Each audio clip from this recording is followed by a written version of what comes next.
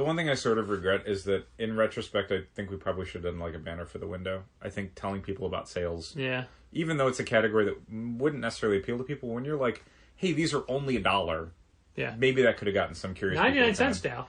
But I can see into the other reality where we did that, and you are now 20 minutes into complaining about the people who came in all day, picking things up off the shelves and saying these are $1, right? Yeah, right. Yeah. So maybe it's good we didn't do that.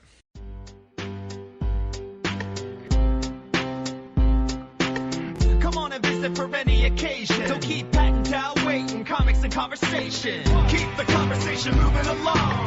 Keep reading comics. Keep your local store strong. If it's hard, then it's a job for the challengers. Comics and conversation, y'all. From Challengers Comics and Conversation in Chicago, this is Contest of Challengers, a comics industry business podcast with Patrick Brower and W. Dale Bush. Well, first of all, it turns out I'm a liar. I knew that, but go on. I told you and anyone listening that I would stop using this notebook at episode 600. Yet here it is, episode 601, and what am I using? 601 more lie. The same notebook. I've even written 601 on the page. What a scandal. I've got a lot going on. I'm too lazy to pull out another notebook, which is literally just in the other room, and you bought me 2 different ones I can use. I did. But I don't know if they fit in my little drawer. Episodes. Look at this drawer. I don't think they'll fit in my drawer. You're probably right. I hadn't considered that when they were gifted Yeah, to thanks. you. Thank you for being considerate and buying me 2 things. What a stupid thing to do. Man, I hope you've learned from that. I definitely have. I haven't really had a chance to talk to you since you went to the AAW match last night at Logan Square Auditorium. Not just a match, but a whole evening of matches. Where I could not go because I was celebrating my father's 85th birthday. Yep. So I just want to ask you about the card. Okay. But not here. That's not right. Okay. I did. Speaking... It needs to be in the next 6 hours or I will have forgotten everything. Fine. And will not be able to help you out. Other than to say, typically great night at Logan Square Auditorium watching AEW. I'll just ask Molly Jane or Christian or Dan Johnson. Whomever. There were a couple of people. Subscriber Jose V. Oh, he was there? Yeah. Oh, nice. Stop by during the intermission and say hi. And patron. And patron. Jose V. Nice. There were just a handful of people in today who you could tell were in town for AEW's Oh man, All Out you can event. always tell. This Sunday and Monday, I expect to see a ton of people. Sure. In more AEW merch than I normally see on a Sunday or Monday, which is not 0, by the way. And we were talking about the show, and there was somebody I'd never seen in the store before whose voice really didn't fit their look. Okay. Think of Buffy Jason, but smaller. Okay, sure. And then the voice didn't match that personification at all. Sure. But while I was talking to these people who were in town from New York, a regular of ours brought them. He's like, hey, these are my friends. They want to check out the shop. Nice. And I was the one saying, hey, I assume you're here for AEW. I told CD we do that. Yeah, all the time. You know why I told him that? Because he's going to be on RJ City's upcoming episodes. Yep. One of the things that... So there's a... I don't know if you got the same email I did. Probably not. Because I'm the point of contact for the Now Arena. I did. So RJ City... And I sent it to everybody. And acquaintances. And acquaintances, yes. RJ City and Acquaintances live event. I forwarded that to everybody who has a ticket with us. Oh, so they can go early if they want?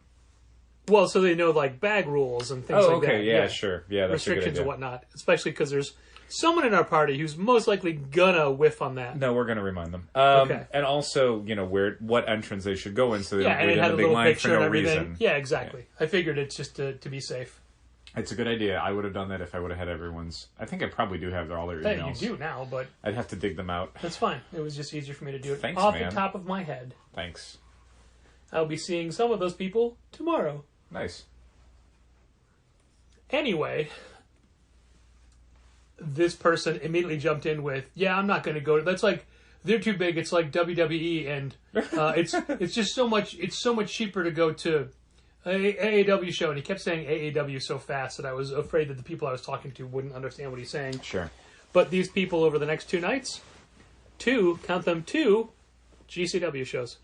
Yeah. A lot of wrestling in Chicago this weekend. Molly Jane and I the suburbs. Yeah, Molly Jane and I were looking over some of that. I don't follow a lot of different federations. Sure. You got your AEW, you got your AAW, yeah. You got your Warrior Wrestling. You're good. Molly Jane, however, has started to follow a lot of local federations and indie wrestlers and stuff. So she had mentioned that there were, and also Stella does some promotional stuff for our website, so she'll follow that website to sort of find out what's going on. But she had brought up a lot of different people that were performing at different places, and looking over the list, it's like, oh, GCW basically booked out a hotel for like the weekend. Sure. So they have events going like every 4 hours, like constantly. Yeah, I mean, AEW had the charity softball game last night. They've got Fan Fest tomorrow. Mm-hmm. They've got the pre-game party from 1 to 5 on Sunday. Yeah, across the street from the Now Arena. Yeah, all that stuff. But let's stop talking about wrestling, other than to say it's always a fun day in the shop when Christopher Daniels comes to visit. He's a nice guy. He's such a nice guy. He brought donuts and coffee, iced coffee, and hot coffee. Now I see how it is. No, the coffee was all still there. No, that's true. I mean, you got in so late that all the donuts were next door at Black River. Couldn't save your business partner Dal one donut. You could have gone to Black River and gotten a whole bunch of them. I wasn't going to go over there. By the way, I wasn't going to take a donut away that you'd given to another business. That's weird. No, there are donuts. They were just borrowing them. They were borrowing the donuts? Yeah. I guarantee you they hadn't eaten all of them. That's fine. Also, there was a whole carafe of coffee just for you. Also, I genuinely don't care. I know you don't. I was just playing with it. I'm just teasing. So anyone listening, if they think that I'm going to carry this grudge with me for a long time, I really won't. On Wednesday, you're going to get 17 donuts. Yeah. So many different people. And carafes full of coffee that you won't drink. I expect a completely different assortment of donuts from CD on the way out of town. Well, he was going to drop them off yesterday, but then he found out that it was you working, so... Oh, I see how it is. Yeah. I don't want to be the one to say it. But now all we need to do is we need to find out from Daniel Warren Johnson if Mike Spicer does conventions, where he's located, and what are the chances of us running into him. To get him to sign copies of our books? No, because he's the only person who hasn't signed our print. For the print, yeah, that's right. Yeah, because we got CD to sign the print today. Yeah. So it's almost fully complete. Stupid Mike Spicer. Stupid, possibly theoretical Mike Spicer. I mean, we've never met him. We don't know if he's real. Yeah. He's probably just Dan. It might be. Yeah. Mike Spicer might just be like... It's an anagram an of Daniel Warren Smithy Johnson. Sort of thing, where it's just like... Spell it out. Daniel Warren Johnson, rearrange letters, Mike Spicer. Yeah. Mike Spicer's probably just like an intern, a rotating intern and at Image. Wolf is in on it, because Wolf uses Mike Spicer, quote-unquote Mike Spicer, all the time. Yep. Image intern. You can't trust these Chicago artists. They're just making things up. I'd just say comic professionals in general. That's fair. Untrustworthy, a lot of them. No, I won't. It was a wrestling store. I'm going to let it go. No wrestling. Oh, no. No wrestling. It's All Out weekend. That's what the people want. That's what you want and your people. And a lot of people that shop at the store, of course. But we had... it was an embarrassment of worlds colliding with Daniel Warren Johnson and Christopher Daniels in the shop at the same time. Do you think if they formed a tag team, it would be called Christopher Daniel Warren Johnson? I think Christopher Daniels Warren Johnson. How about just... I mean, I'd say Daniels, but that's a directing team, and that would be confusing for people. It'd be like, I can't wait to see Private Party wrestle the directors behind Everything Everywhere All at Once. And it's like, no, it's actually Christopher Daniels and Daniel Warren Johnson. Like, it's... I don't understand that. It's okay. The two directors that directed Everything Everywhere All at Once, they're both named Daniel, so the directing credit is always Daniels. Oh, okay. I thought it was some sort of name combination. No, it's literally like two men named Daniel, so their directing credit is Daniels. Well, that's why I thought it should be plural, because it's two men named Daniels. No, it's two men named Daniel. So more than one Daniel is Daniels. Right. Daniel Warren Johnson, Christopher Daniel. Okay. Either way, it's a good tag team name, regardless of the S or not. I think so. Maybe they can claim it as their own. Maybe they can become more famous than the people who directed Everything Everywhere All at Once. It was funny because each of them are a huge fan of the other. Sure. So they're like not used to having someone like that praise their work. Wow. So it was fun to be a part of. I guess what they can do is like to maybe bring it down to earth is like Christopher Daniels can think of Daniel Warren Johnson as another wrestler who clearly is not that talented. Like as a wrestler, I don't think he would do very well in the ring. And conversely, we know that Christopher Daniels is not exactly an Eisner-nominated artist. Right. You know? He tries. He is a professional comic book writer, and we do have some of his comic book art hanging in Challengers. That is a true fact. We have art from young Christopher Daniels hanging in the store. Yeah. That he gave us to hang up. And then also he drew something on the wall. When we hung it up, the next time he saw it, like he was looking at some other art and he's like, I gave you art to hang up. I'm like, yeah, man, it's right here behind you. He's like, I can't believe you put that up. That's why you gave it to us. He was testing you. Right? Ted, it's almost like, you didn't put my art up. Yeah, I did. It's right there. What, you did? Aha! It's one of those weeks, Dale. Yeah? Like, there's a big story in the comics industry, and it doesn't affect us. What is it? It is DC Comics. Oh, yeah. Using another distributor to distribute their comical books. Yeah, globally. Globally, but also nationally. And we don't have any reason to switch from Lunar. No, yeah, it's a company called Universal that had mostly, I think, been doing sub-distribution maybe for, like, Canadian accounts. Yeah. It's where a lot of Canadian accounts would get their other product from. Yeah. They are taking over, or they're being added to the list of distributors, which is Lunar and now Universal. Yeah, the second DC distributor. Yeah, that are both distributing DC periodicals. Now, the twist is, unlike a lot of these sort of arrangements, it's not like Universal got the rights just to distribute in Canada and Lunar got the rights for everywhere else in the world except for Canada. They both have the same ability to sell anywhere in the world. So in theory, anyone in the United States who is sick of working with Lunar could start an account with Universal and get their books that way. But, the shipping is probably not going to be great going from Canada to the U.S. I don't think that would work out in anyone's favor in America. But, I mean, there are people who have legitimate problems with Lunar's service and billing and customer service department, so this gives them an option. And it's something that I think I would prefer for a lot of different companies, is the ability to order them from wherever you want. You know what I mean? Like, yeah. When Diamond started losing exclusive accounts, the hope was those accounts would then pop up a lot of places, but instead most of them just moved to another form of exclusivity. So it was just like, instead of ordering everything from only Diamond, you're ordering only Image from Diamond and only IDW from wherever. And some of this stuff like Marvel and IDW, you can get it at Penguin Random House, but you can also sort of get them from Diamond. I know a lot of accounts do. It's at a way worse discount. You're losing like 10 percentage points, I think, at a minimum. Yeah. Which is absurd. Like, that alone should be like, don't do that. But there's stores that are still doing it, and it makes no sense to me. Like, we just got our Abrams delivery of the Fantastic Four Full Circle hardcover. It sounds like comic retailers got it from Diamond if they ordered it through Diamond. Right.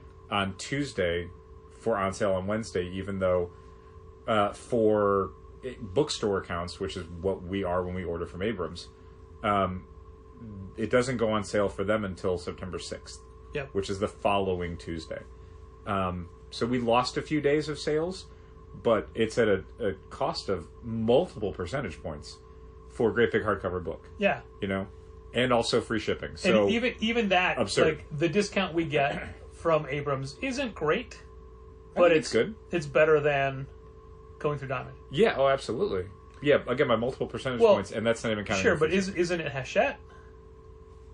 So our Hachette discount for things that Hachette doesn't own but distributes Oh, that's the low one. That's the low one. So Abrams this is one of the high one. So this is this. Yeah. Okay. Abrams is the same as what we would get from like Simon & Schuster. Okay. And the free shipping, especially on a hardcover book like that, which is, several boxes that were delivered. Yep. In the short walk to work this morning, I had seen that UPS was parked south of the store. Okay. And I fully expected them to pass me on the walk, and they didn't. No. And then 2 UPS trucks drove by at one point. I'm like, man, I hope one is stopping. And one did, but I like this. That's cool. The cart came in and it was overloaded because it wasn't just today's stuff; it was Monday stuff as well. Yeah, that's true. And which is kind of neat. I always like. I mean, I know you guys probably hate it on Fridays getting all the PRH stuff. It's fine, but it's fun to be able to have some flexibility as to when we actually receive all of the Marvel and DC books. You know what makes it so much easier? The breakdown sheet that you make. You're welcome. It and takes me like 5 minutes. I think that you started doing that. I didn't know you did that. And we were still checking them in. I think at one point you had not realized I was doing it in advance. Yeah. And now, so the thing is, I had kind of started doing it on like Sundays. Yeah. But now I do it in advance, even though like it's only holiday weekends that we'll ever get PRH deliveries. The rarest beforehand. of occasion we'll get it. Like we've had it maybe once or twice on a random Friday. Sure, but generally, like at this point, a Monday PRH is pretty sure. much a well-oiled machine as far as like you might get graphic novels, a few days in advance of that, but comics are going to come in on that Monday. I don't like getting paid early. I would rather get paid a day late than rather than get it a whole weekend early. Weird. Yeah, because it's like, oh man, I have more than I thought I do right extra now. Money. Yeah, no, you don't. For 3 days, and it's like, oh no, I don't. No, that's true. Yeah, I think we've talked about this before. I don't know if we talked about it on the podcast, but I usually do all my bill paying right at the beginning of the month, like on the first of the month. Yeah. So any money I get in after that, for the next like 4 weeks, I'm not even going to notice. It's so weird. It's just how I like doing it. That's fine. It seems like it works out. It's weird to me. That's fine. Because I have to do so much bill paying for the store. You do. You have to really stay on top of that because the windows on that are not great. So I don't want to get too far away from what we're talking about with distribution, and I will distract myself and forget. But I had told you we wanted to do a Matt's baseball order this week. Yeah. We can't because we have a Southern Hobby order that's coming in this week. That is the size of like 3 Matt's baseball orders. Is it supplies or is it? It is just Magic and Pokemon. Oh my god. What a nightmare. Just Magic, Pokemon. Too much Magic stuff, man. A few, because Magic is like every other month now. It really is, and it sounds like that's the thing where they might pull the throttle back a little bit. Here's the thing. Magic card prices, boom. Oof, really? Totally up. Now we're doing $4.50 for boosters, for draft boosters. Everything's going up. $5.99 for set boosters. We were very lucky to be able to restock with Rachel Bard, a local artist that we really love. And all her prices went up because supplies went up, and it's just things cost more. So pretty much everything we got back in stock went up by $1 or $2, depending on what it was. Silver Age boards, those finally are up. Yeah. And also, keeping them at the price of the recently raised current boards is still less of a percentage. Like, we're making less on those boards than we are on the current boards. So what are... When normally they should be the same price. What are 100 bags and 100 boards at now? For current or standard? I think it's $8.99 for bags and $13.99 for boards. Okay. No, I'm sorry, $12.99 for boards. Okay. We should do silver at $13.99, but we're not. So it's still reasonable to keep single bags and boards at $0.25. Yeah, do the math. I mean, I just did in my head. Okay. I mean, is it? I don't. We're not losing money on it. I mean, it's the breakdown is not in favor of like the extra labor, like that we've basically lost as far as keeping it at $0.25. But we've never. We can go up to 30 cents. We've never gone up. Yeah. In 14 and a half years. We haven't, it's true, and supplies cost so much more. Just keep going up, yeah. Yeah, boards are easily like $3 more a bundle of 100 than they used to be, and bags have almost doubled in price. Yeah, we'll think about it. So they're changing the system. They're ready for the new, because we've got a couple of cases silver boards coming in, a couple of boxes of Moon Knight pop vinyls. Okay. And those pop prices are now $13.99. Right. And that's still at a shitty markup. Yeah. I mean, that's the joke of all of this stuff, is that our toy prices are higher than you can get them for online or on Amazon or maybe even at Target. And even then, it's still a terrible markup. It's still terrible profit margins. And that's at inflated prices. Yeah, I don't know what we want to do with Pops as far as, like, revisiting that product category. Some of it is just... we get too many in, but I don't know if we should be getting less quantity of each SKU or less SKUs overall. I mean, we're doing both. But I mean, I don't know which is the better, because I think we need to get more aggressive with one of them. You know what I mean? I see what you mean. Because even, like, just weekly, like, we expanded the Pop section massively. Yeah. And we're already out of room. As far as just trying to make room for each design that comes in each week. When you look at the depth of quantity, of character, it's not that much. Here's a couple of DC characters, a couple Marvel characters. It's because we started going up to cases to get a price break. Yeah.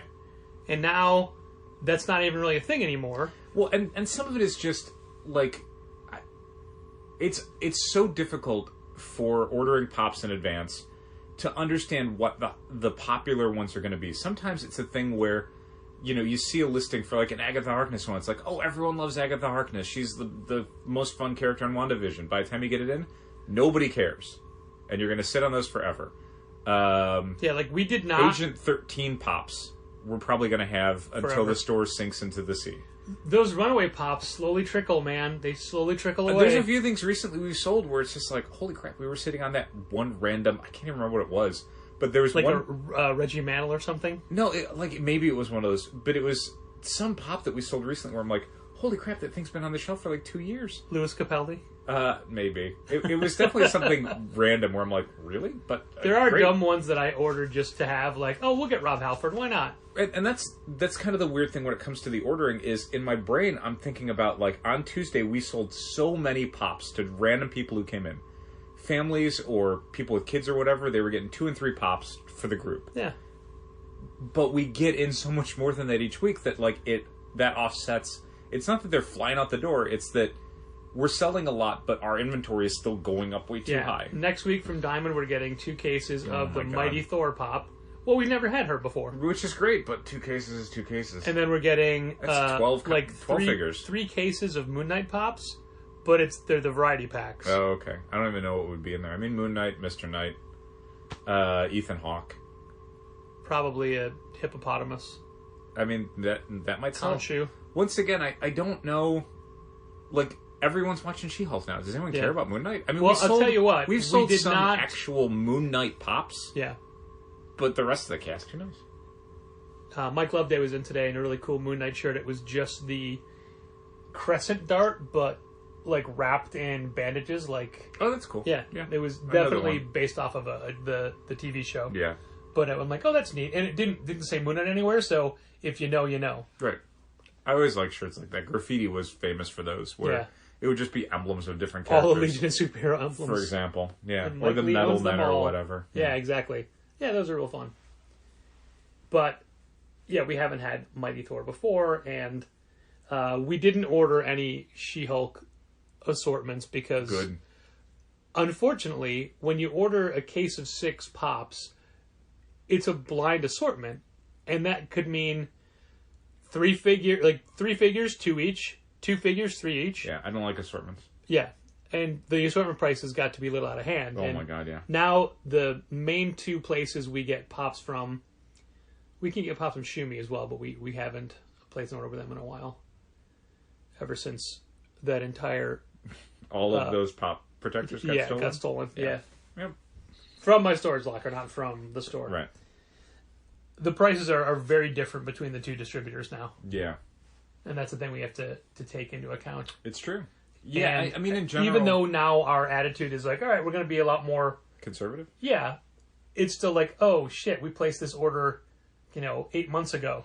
Yeah, I mean, it's like the McFarlane Figures thing, where you can say, oh, let's cut it off, but okay, cool, you have 8 months worth of orders that are still going to come in, that are locked in, that you can't alter. Did you see... This isn't like FOCs with Marvel books where you can just be like, no more variants. Like, it doesn't work that way. Did you see today's McFarlane new to orders?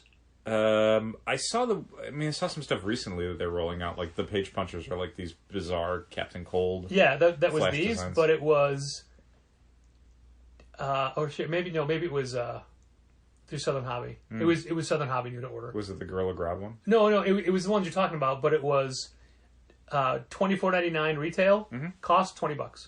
Nope. Yeah, because you even said like the prices are coming down. They might be at Diamond. Yeah, I can't speak for Southern Hobby. Oh my goodness! So yeah, the order I wanted to place is like, oh, we got to wait a couple weeks on that one. That's fine. That Southern Hobby order is big.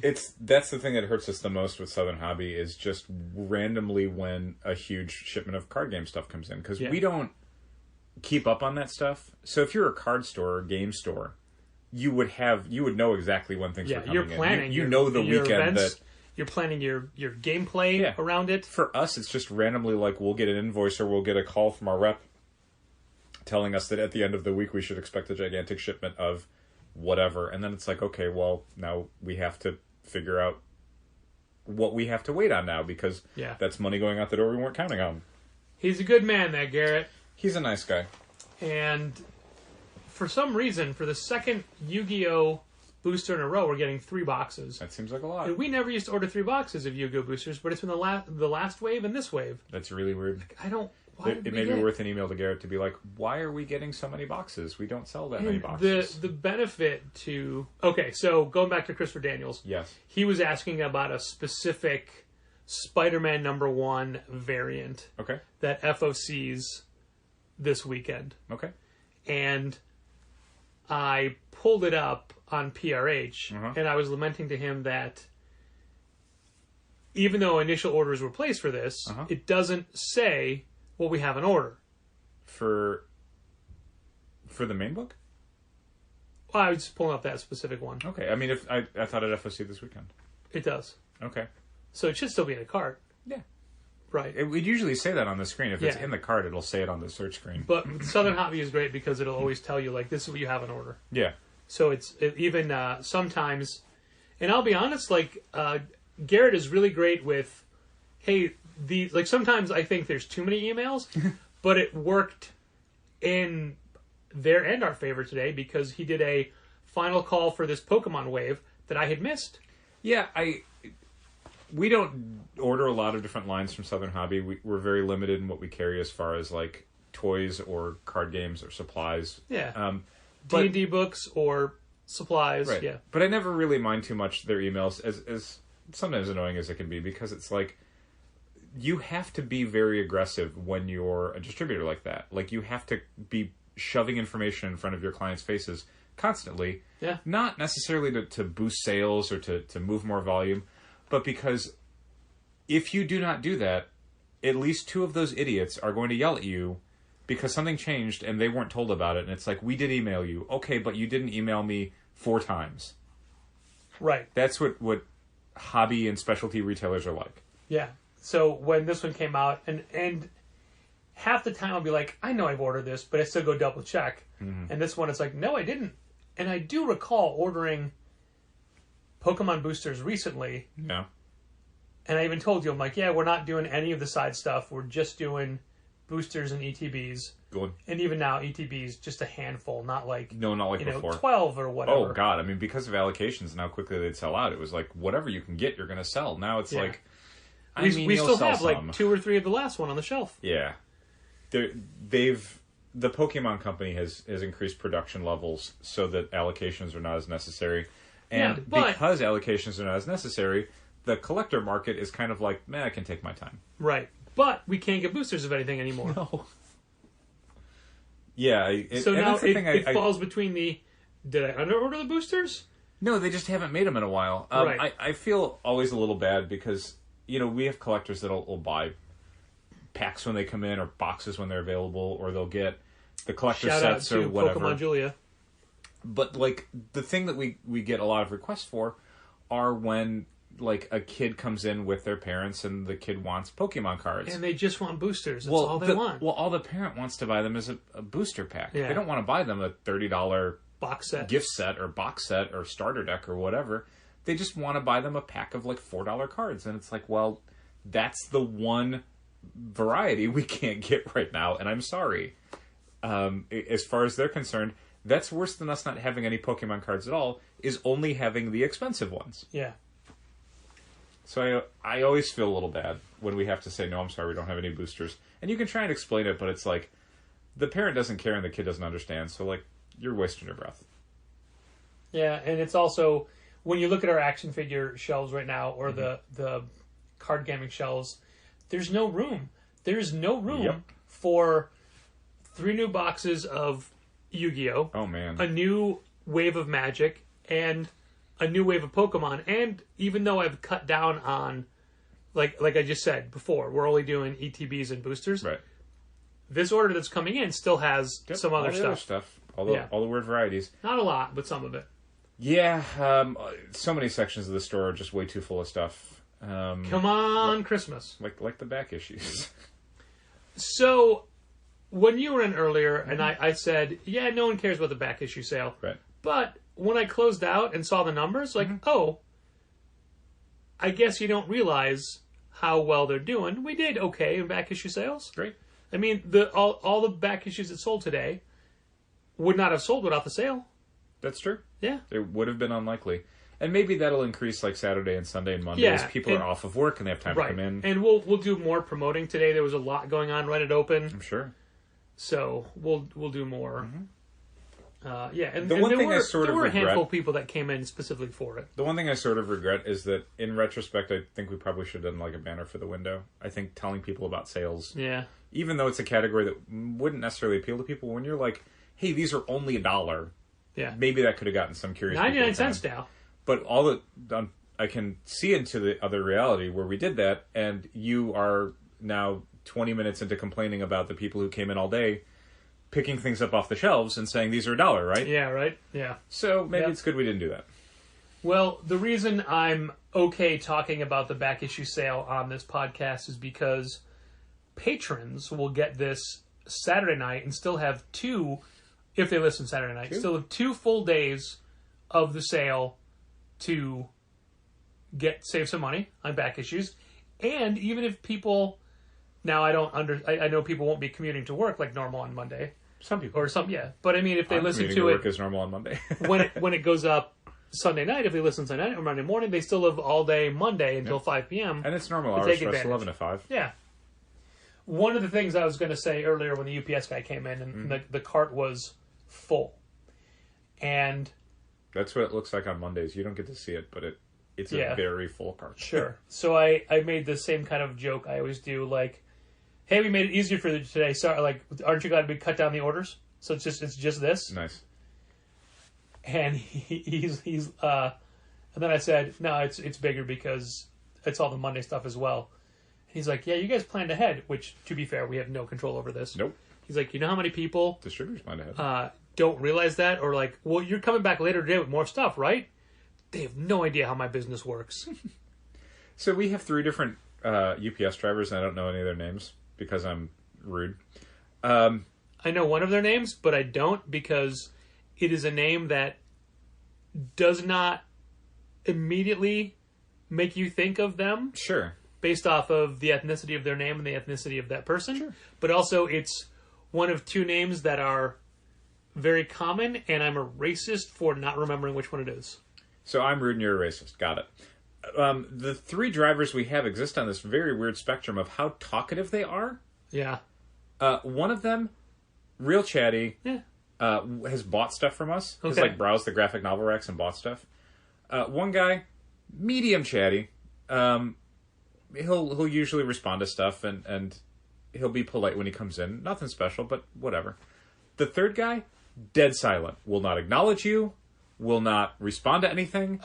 You say hi, thanks, have a great day. Nothing. It was third guy today, but I got him to complain about the other stops. I guess that's the only way to do it. Yeah. Yeah, we had it was third guy who was in on I think Wednesday, and I was like, I cannot believe the cold shoulder this guy just gave me. There is a legitimate difference. Or was it Tuesday? I think it was Tuesday. Or I wasn't around Wednesday for when UPS dropped off, I don't think. Yeah, you were. Was it really? Yeah, because I was there too. I was with you. Maybe it was Wednesday. Yeah. That was one of the things when we got back. Molly Jane's like, UPS came, but we took care of them. Like, UPS came when we were here. You had started cutting into it before we left. Oh, okay. Yeah. Anyway. The core difference between you and I chatting with customers, just like general nonsense chat. Mm-hmm. For example, there was a dad and his kid today is like a toddler. Okay. And the kid wanted to be held, and the dad needed to put him down to get his money out to pay for his comic. Right. And as soon as the kid hit the floor, he's like, I don't want to be on the floor. He's like, wow. He went and picked up, and the dad's like, well, I'll get to you. And then, he's picked the kid up. He's like, hey, he's like, sorry, the daycare is closed today because of Labor Day. No, I'm like, that's Monday, sir. A lot of people are taking a long weekend. I saw businesses that had signs up, bike shops, where it's like, no, we're just closed from Friday through Tuesday. Right. And he's like, oh, next time, he won't be here. And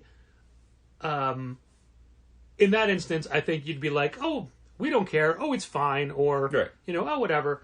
And I go, hey, so next time you're here, if if it freaks you out that you don't have to carry him, you can carry me. You can carry me around the store. That is a very Patrick line. Yeah, exactly, right? I would not have volunteered that. You would not ask for a stranger to touch you. Yeah, God forbid that he was like, okay, sure. Like, oh, no. Yeah, like he'd ever say, okay, sure. But that's the thing. You can't risk it. I can't risk it. You can risk it. Those two wrestling fans who came in, they were each injured. The woman was in a boot, and the guy had a wrist brace on. I'm like, what did you two do to each other? I'm a street fight. And they said, Kevin Nash asked us the same thing. And I thought, dang it, I don't want to be like Kevin Nash. My line when I was buying a t-shirt from Ace Austin was I handed my credit card, and I'm like, hey man, I've seen what you do with like playing cards and stuff and your magic tricks. I'm going to make sure I get that card back. That's good. That's good. You could be handing me anything. That's a good line. He's like, just don't look at it when you get it back. He did chuckle a little bit, but like, I don't take that sort of interaction as any sort of like actual human connection. That's just... Oh yeah, it should, but I mean, it's... Like, I will laugh at jokes that people tell in the store. I'm going to say randomly, 60% of the time I actually find it funny. 40% I'm just being polite. Okay. And I'll never tell people which is which. That's a higher percentage than I would guess. But also, the Ace Austin thing, at least you are acknowledging that you are a fan of his and have seen his work before. Sure. Unless he did card tricks that night. I mean, his card trick is usually just he'll pull like a card out, like during the match. And when he poses for pictures with people, he will have a little playing card like in his teeth or whatever. Okay. I assume you got no pictures. I didn't know. Okay. Did Molly Jane? I don't think Molly Jane got pictures with anyone. She bought merch from a few different wrestlers. Christian? I don't think Christian did. I think he went to the bathroom. That's fair. That's the thing we gotta do sometimes. Subscriber Ben S, I know, got a picture with Ace Austin because it happened right in front of me. Oh, nice. Did you hold the camera?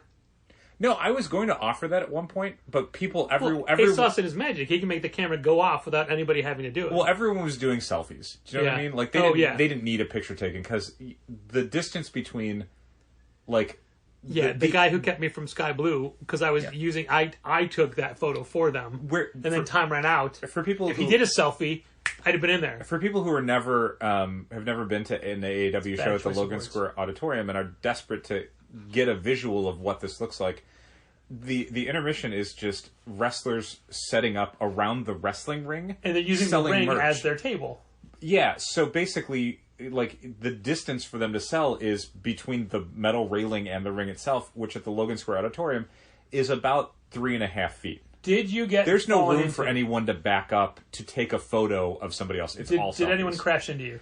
This was the one time nobody did. Okay, I asked Dan that, and he said they got really close, but no. Dan was like, so the camera is up in the balcony. Yeah.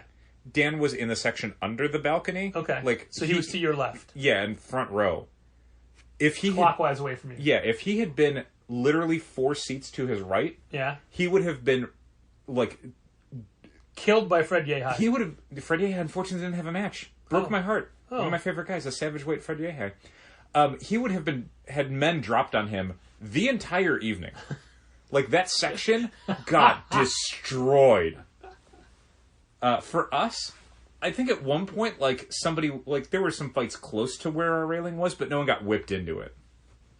Yeah, we were fine. My knees, great, unblemished. Nice.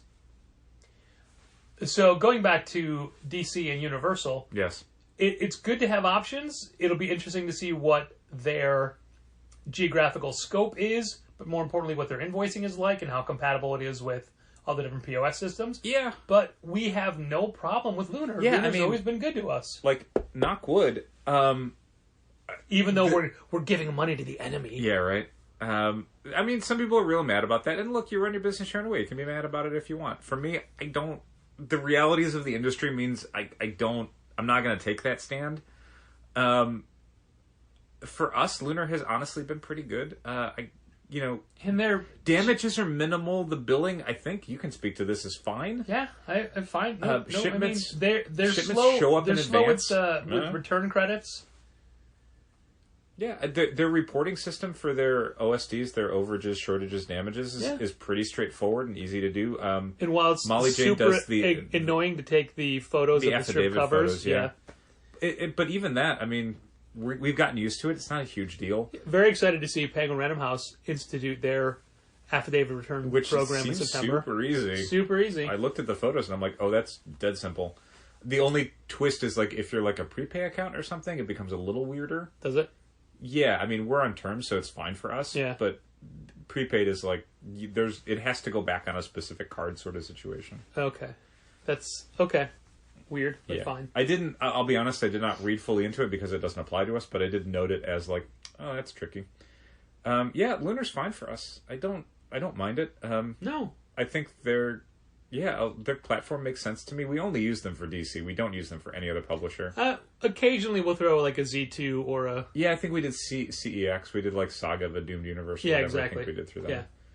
Comics Experience. And that was only because your friends in Australia, I think, had recommended it. Yep. So remember, Mitchell, if it's a bad book, we're blaming you. If it doesn't, not if it's a bad book, if it doesn't sell, it's your fault. Yeah, the quality... All-Star Comics control, in Melbourne, Australia, who's having a big back issue event this weekend. Wow. That sounds familiar. Copycats. Man. I bet their back issue sale runs in the opposite direction, though.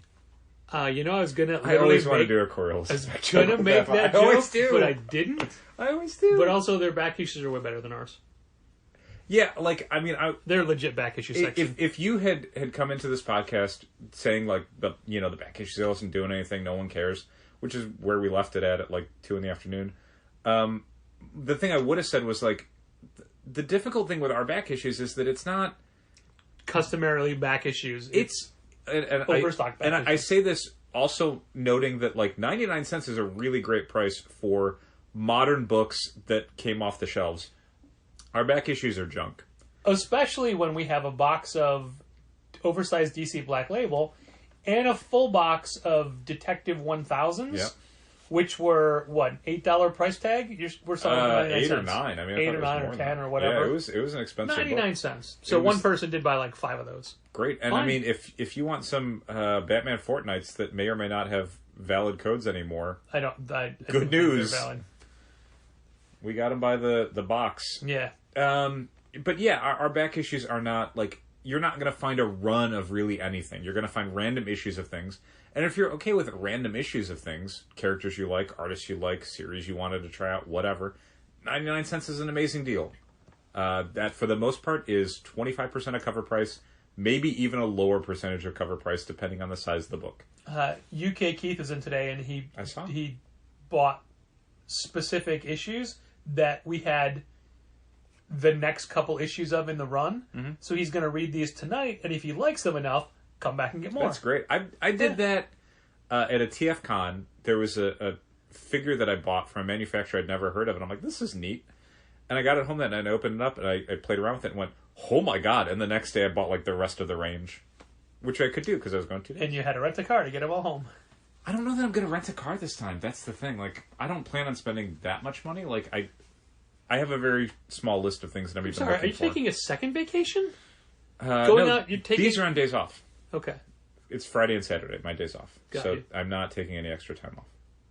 There is a Sunday day for TFCon, but I usually don't go to that because it's more of the same. I don't need that much time in the dealer room. It's not that big.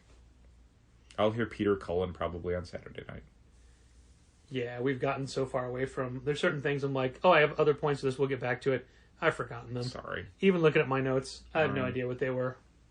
Did you write down Peter Cullen? I didn't, and I never will for the rest of my life. Even if I'm talking about Peter Krause and Paris Cullens or Cullen Bunn, I won't... You won't write down those combinations of names? No.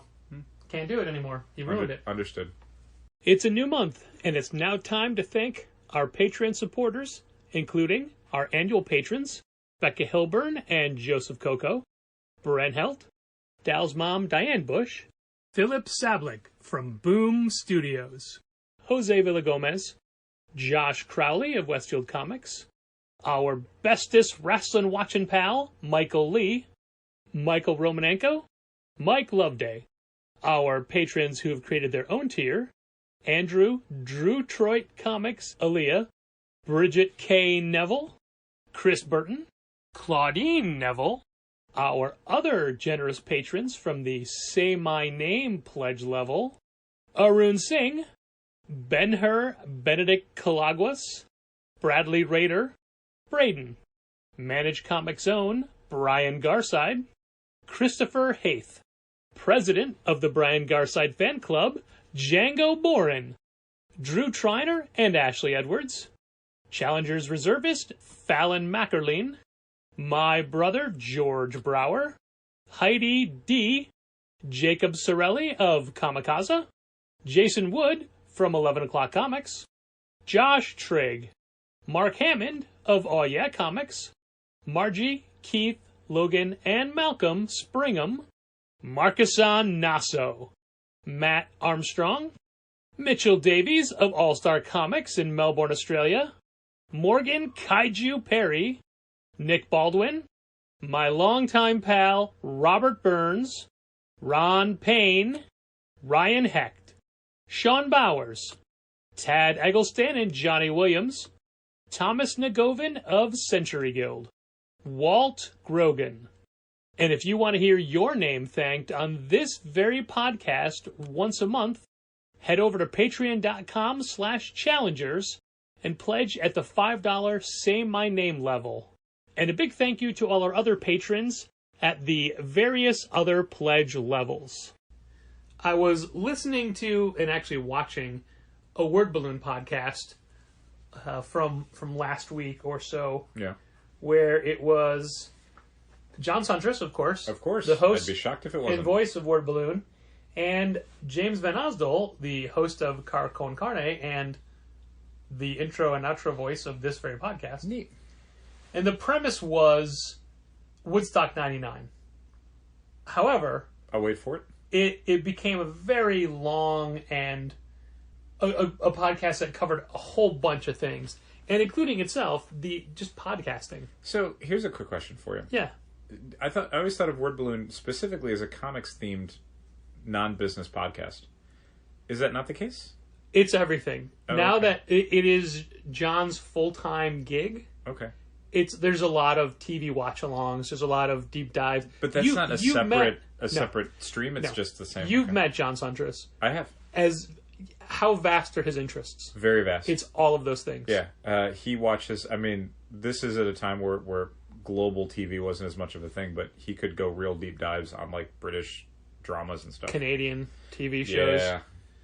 Yeah. So literally any theme, movie watch-alongs, like he'll do full episodes devoted on Twilight Zone or Star Trek, the original series, or what have you. So it's a lot of stuff. Okay. Is Bendis on all of those or just half of those? Only a third of them now. But he also does like a separate boxing podcast. Okay. Because he was a boxing announcer as well. Boxing is the one thing that he's like, I can't. Because there's other people involved into it. Sure. Okay. But because James is such a big comics fan, they talk about comics as well and things like Inevitably, that.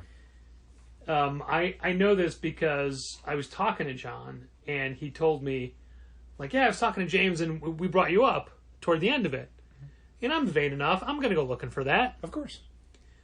So I found it and it wasn't the most flattering reference. Oh, no. And I meant to cut it and put in here, but I didn't do that. Plus, I want to get his permission first. Of course. But it was basically back in the day, back in the mid-aughts. Pre-Challengers. Oh, yeah. Okay. James had a podcast called Stun, where it was a comics interview podcast, where he would talk to comic professionals. And I was involved with it because I would help him get guests. Okay. I gave myself the title executive producer. And it was also Jaime Black was part of it as well. Okay. He would fill in for James on things, and Jaime would do his own episodes and whatnot. So it was like basically the three of us. Right. And like I built the website for it, and I was also a frequent guest. Like whenever a guest would cancel, I would jump in and be the as a comic book retailer kind of thing. Yeah. But this was podcasting was fairly early back then, and Word Balloon was one of the only comic book podcasts. And sometimes we had difficulty getting guests, or we want to do some, and they're like, oh, they were just on Word Balloon. And this was before people really went and did every single podcast available to promote their things. Sure. And it became we can take him down. We can do better. We can out Word Balloon. And that's what you do. You go after the big guys. Sure. You go after the best. Like that's no one's plan is to be the sixth best anything. Yeah, that should be everyone's goal. If you're not going for the AEW title, come on. So anyway, John brought that up, but he didn't imitate me, but he was saying things that he heard I said, and they were so full of profanity, and it was just like me calling him all these names. Wow. And he attributed everything to coming from Norton and Seeley.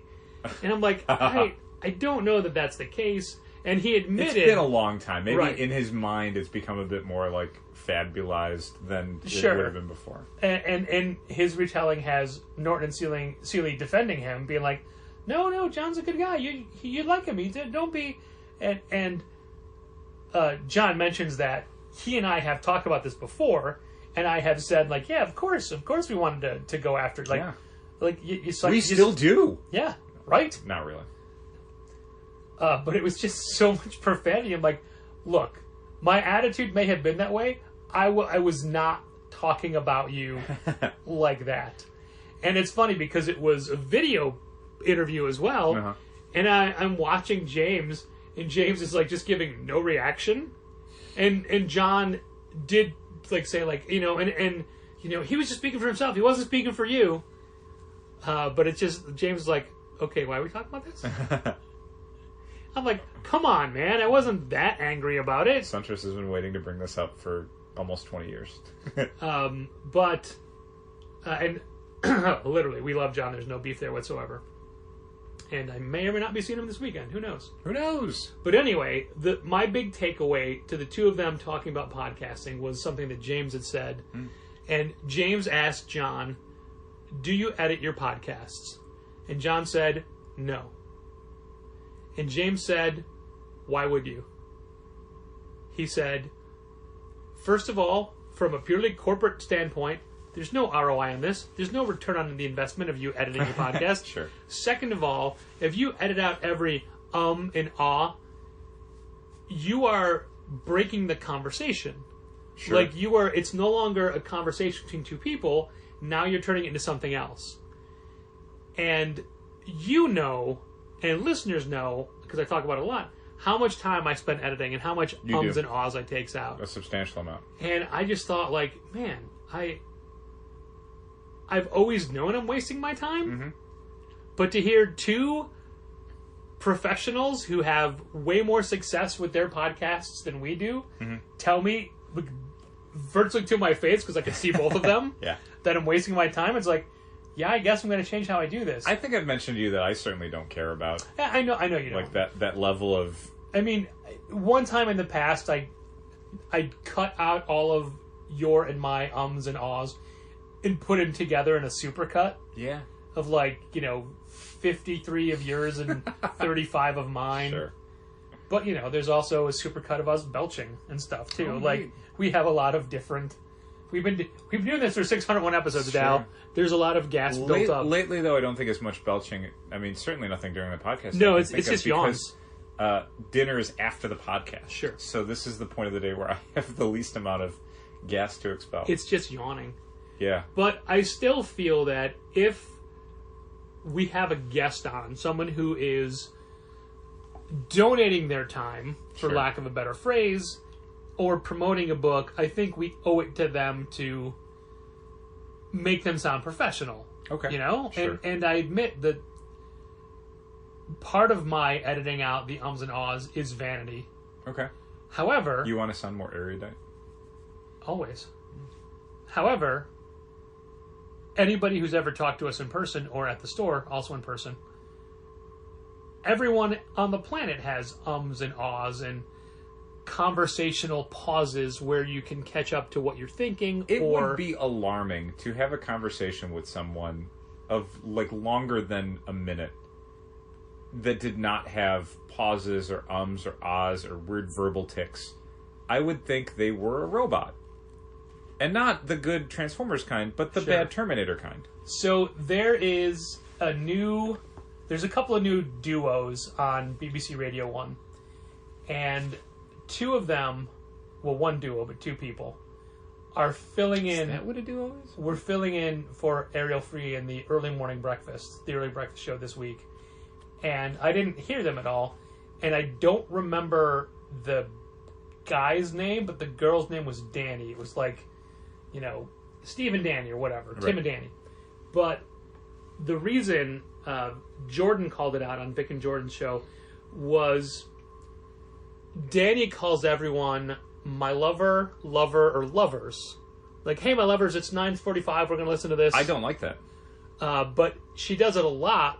Nope. Like on the phone, like, hello, lover, blah, blah, blah. Nope. So the game was, how many times in a half an hour did she call someone lover? Okay.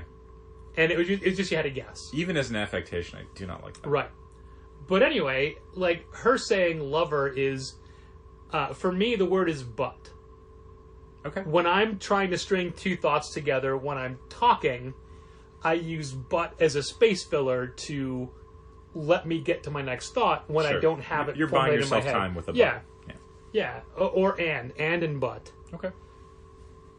And there's oftentimes that when I'm editing, because most of my editing is done visually, I could see on the WAV file what needs to, or the MP3 file, what needs to be cut. It's weird. And depending on the space around it, if I click something and it's an and, I'm like, oh, it's coming out. And I don't need to listen to what it was linking, because it isn't linking anything. It's just filling the space. Legitimately, there's times where I'll find an and oh, no, it is. I'm saying this, and I'm saying this. Okay. Not just, I'm saying this, space filler, the rest of the sentence kind of thing. Sure. I think I've kind of gone the other way, where, in general, I will just have big pauses. Where I won't try and, like... You're just flipping me off the whole time. So visually, it's a cue that I know I got to edit something, but on the audio, I can't sense that.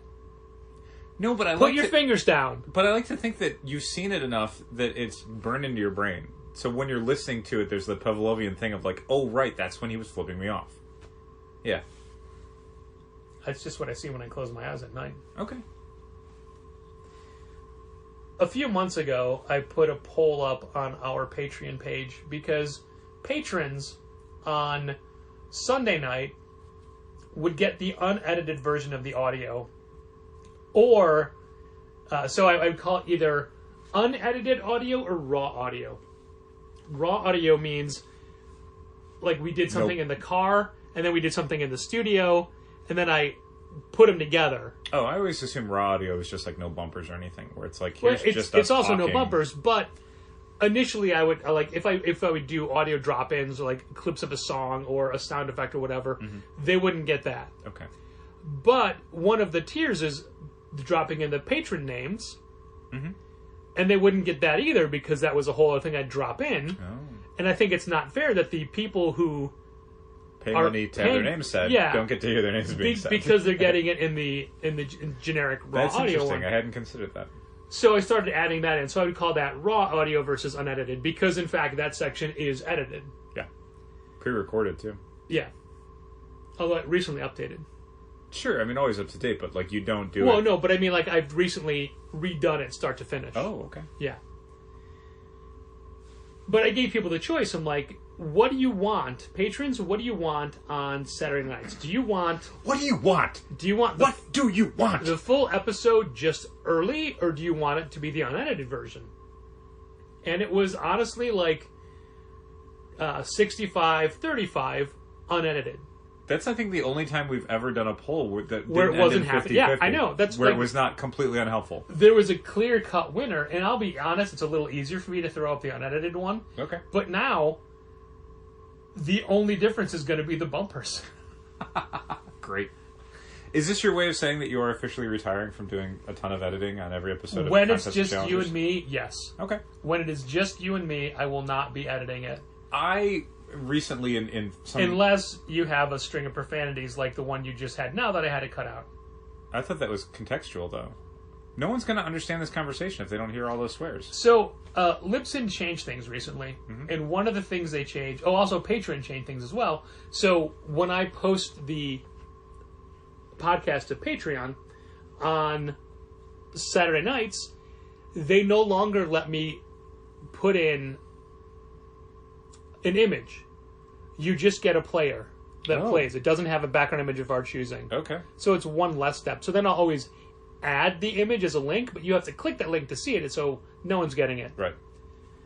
Which is a little bit annoying, but because when people get on their iPhones and stuff for the podcast, is it just the generic like Contest of Challengers image, or is it specific to the episodes? it's specific. You know what? I don't know. Okay. I listen to it. I never listen to it because I don't have to. Same here. I mean, I listen to it when I edit it. That's Sure. enough. There is a default static image that has changed a lot over the years, Okay. but no, it is just the static iTunes image. Yeah, it's like YouTube has the special one. Our website used to have a special one, but we don't do that on the website anymore. Right. But all these extra steps we've cut out of your process. Well, I still have to do it to be able to make the widescreen one, so it's not saving me any more time on the images. But Libsyn has changed how they do things as well. So every episode I have to say, like, is this for children? No, it is not for children. So is it explicit? There's usually one F-bomb, so yeah, it's considered explicit. It depends which distributor we're talking about. Exactly. Or which comic company. So I feel like it keeps getting labeled as explicit when there's just a little bit of... It's a PG-13. That's all it is. I wonder what the line is. Now that we're not sponsored by Manscaped, it's PG-13. Once again, if Chipotle wants to pony up some sponsorship... Look, man, I'm all for sandwiches, burritos, what do they make? Reaching out to more of the... Well, you need to figure out Chipotle moving forward. Delivery. Okay. Yeah, that's it. But we would be looking for specific restaurants to sponsor us, not like the global chain. But they've got the most like disposable income. Yeah, okay. Who is the some candy Good and Plenty is trying to get us to do some sort of social media? No, it's sponsorship. It's pet toys. I got a Good and Plenty one. I think it's just they want us to enjoy some new candy variety, and then tell people how great it is. We've been getting a lot of pet treats. Yeah. Questions like that. So I've been ignoring all those. I wonder if I deleted it, the most recent one. Probably did. It was just like yesterday or the day before. Yeah, I'm not going to dig that far back and try and find it. Yeah, no, I'm pretty sure it's just the pet one. I swear to God there was a candy one, because I was looking at it, I'm like, what is this? And I overlooked it. Oh, they have a different kind of Good and Plenty, and they want people to know about it on social media. Well, unless Choo Choo Charlie is involved, I don't care.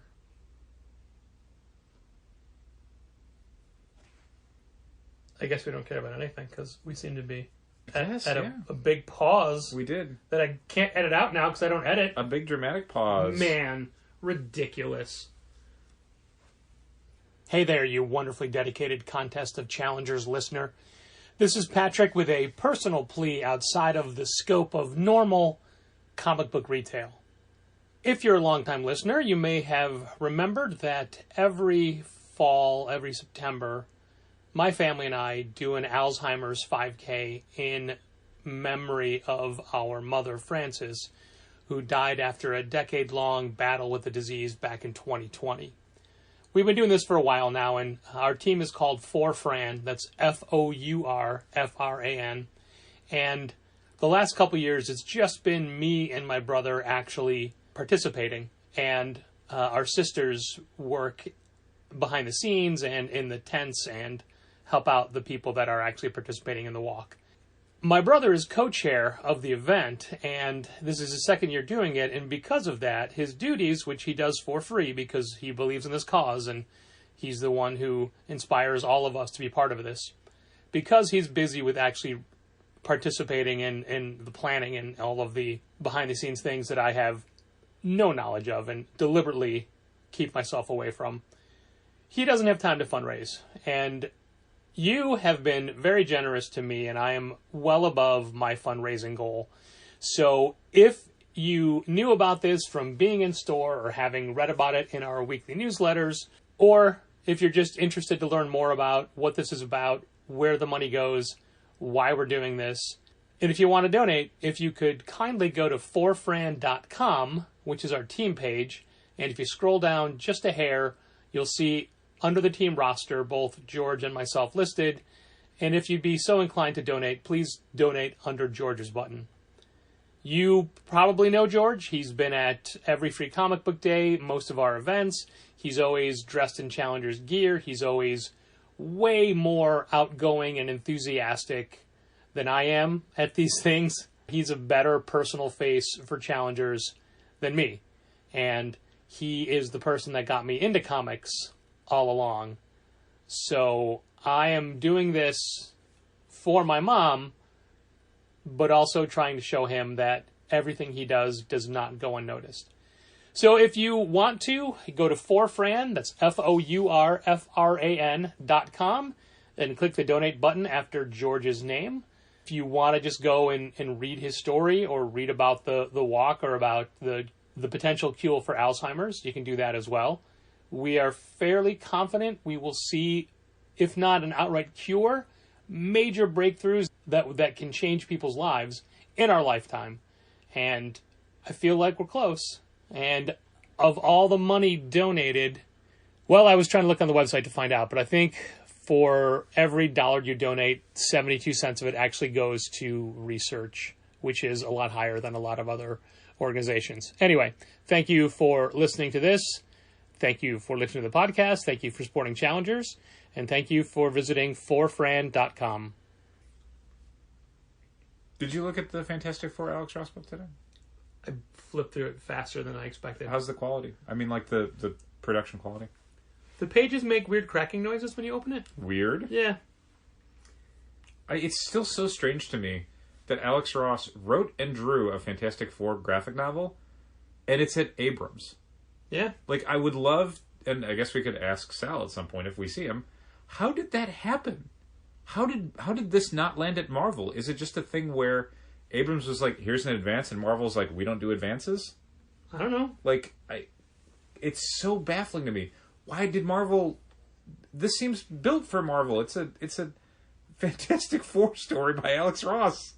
I know they're familiar with his work. It's in their offices. I didn't pay a ton of attention to this when it was coming out because it is him reworking a Liam Kirby issue, making it his own. Sure. But also, I guess I didn't realize he was pen and inking it.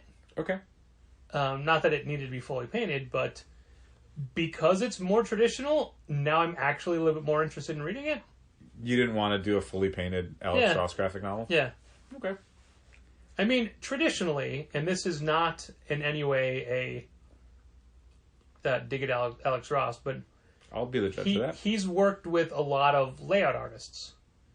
You know, your Doug Braithwaites. Sure. I don't know, and obviously Marvels and Kingdom Come, he did not. No, that was all his own designs. But I don't know that storytelling is what he wants to be doing. I always thought of it, and this is just my speculation, is that there's a lot of cover artists where you can really only do a smaller amount of pages in a month. You're never going to do a full book in a month. Yeah. So you can maybe do, 6 or 10 individual pieces, and 6 or 10 interior pages are going to pay way worse than 6 to 10 covers. So if you have a story you really want to do, maybe that's the thing, like this Alex Ross Fantastic Four Full Circle thing. But for most projects, it's like you're better off just doing Iron Man covers and a series of variants at DC or whatever than trying to figure out how to work in an interior format. Like you stop doing it. Dave Johnson stopped doing it. Sure. A lot of people stop doing it. Yeah. And sometimes it's because like they're just artists that they get so wrapped up in kind of a perfect image that you can't do that for an interior page. You got to do like, a page every day, maybe two. Yeah. While a cover, you can kind of like come at it with different angles and get halfway done and be like, nah, this isn't working. And still have, a few days of buffer to really make it work. This is going to be a terrible story because I cannot remember the name of the creator, except I think their first name might be Gina, and I don't remember the name of the book. Okay, perfect. But it was something that David Harper had pointed out. Specifically, this person went into, they've got a YA book coming out soon, and they went into detail about how the cover was made. Sure. And the process of the cover was well over a year because of so many variables and consideration and changes and steps and levels. And I thought, man, it's exhausting. Yeah. But you know what? That reminded me of a thing I was trying to ask you before, but we got distracted. Okay. Off the top of your head, do you know how often Diamond recalculates retailer discounts? Is it 4 times a year? I'm not. I don't know. Okay. That's just a guess. My guess is also 4 times a year. Okay. I thought they did it quarterly, but maybe that's just... That's what I thought, but it came up because, as you know, DC, Lunar does it twice a year. Right. But Lunar makes a point of telling you on your dashboard how far you have to go, where you're at, where you are to the next level. Yeah. And when during June, they're like, hey, this is the last month. Make sure you're up to date with your discount totals. Sure. Also, here's a big graphic novel sale to help push you over the top. Yes. And one of the things that was funny to me was several retailers who dove into the back issue sale. Like, I need the back issue sale to make it. The graphic novel sale? Yeah, I'm sorry, the graphic novel sale. I needed the back, I need to boost my sales to get it, and then found out that they easily made it. Oof. But I mean, they still got a good deal stuff. Yeah. A good discount. Yeah. Did you see the, I don't know if you had anything else that you wanted to add on to that, but did you see the YA... The standee? Floor display that DC is doing? I wish we had a spot for that. Yeah, I feel like that's a thing because there's an extra discount rolled into it. The DC YA graphic novels, there's a couple that we do well with and a bunch we don't. I will tell you today that I was reshelving some little golden books in Sidekicks, and I had a Sidekicks patron come up to me and say, do you have a book called Antihero? Like, yeah, we sure do. It is right here. Right around the corner in the DC section. Yeah. That's great. Actually, first it was, excuse me, do you work here? Like, no, I'm stealing all of these books. How dare you? I got my stand goal just now, sitting in the chair talking. That feels like it's erroneous. I mean, to be fair, I was rocking forward. But anyway, the discount, the calculation of the discount was a thing I was asked by someone this week, and I had said, pretty sure it's 3 times. And then I'm like, hold on. While you're on the phone, I'm going to look it up. I couldn't find it anywhere on Diamond's page. I could never find the help things I'm looking for them. Sure. But it wasn't super important. Unlike this podcast, which was terribly important. And phew, you made it. Tune in next week for our entire live recap of AEW All Out. Our 6-hour live stream. All 14 matches. 3 on the buy-in, 11 on the event itself. Yeah. We'll just, and it's just going to be us going, oh, did you see that? Hey. Thanks for listening. And keep reading comics. We are not doing a live recap of All Are we Out. doing an absolute episode of Contest of Challengers? Only if Ricky Starks is here. Oh. Actually, you're doing nothing. You're gone for 3 weeks. I'm gone for... You're okay, I'm let gone me for rephrase 2 that. episodes. You're back in 3 weeks. Yes, I'm gone for 2 episodes. Yeah. So you'll have to figure something out. Unless you already have. See you next week, listener! This has been Contest of Challengers. Thanks for listening. Keep reading comics. Challengers is located at 1845 Northwestern Avenue in the Bucktown neighborhood of Chicago. 773-278-0155. Keep up to date with new releases and events at challengerscomics.com. Like Challengers Comics on Facebook, follow @Challengers on Twitter, and help fund this podcast at patreon.com/challengers.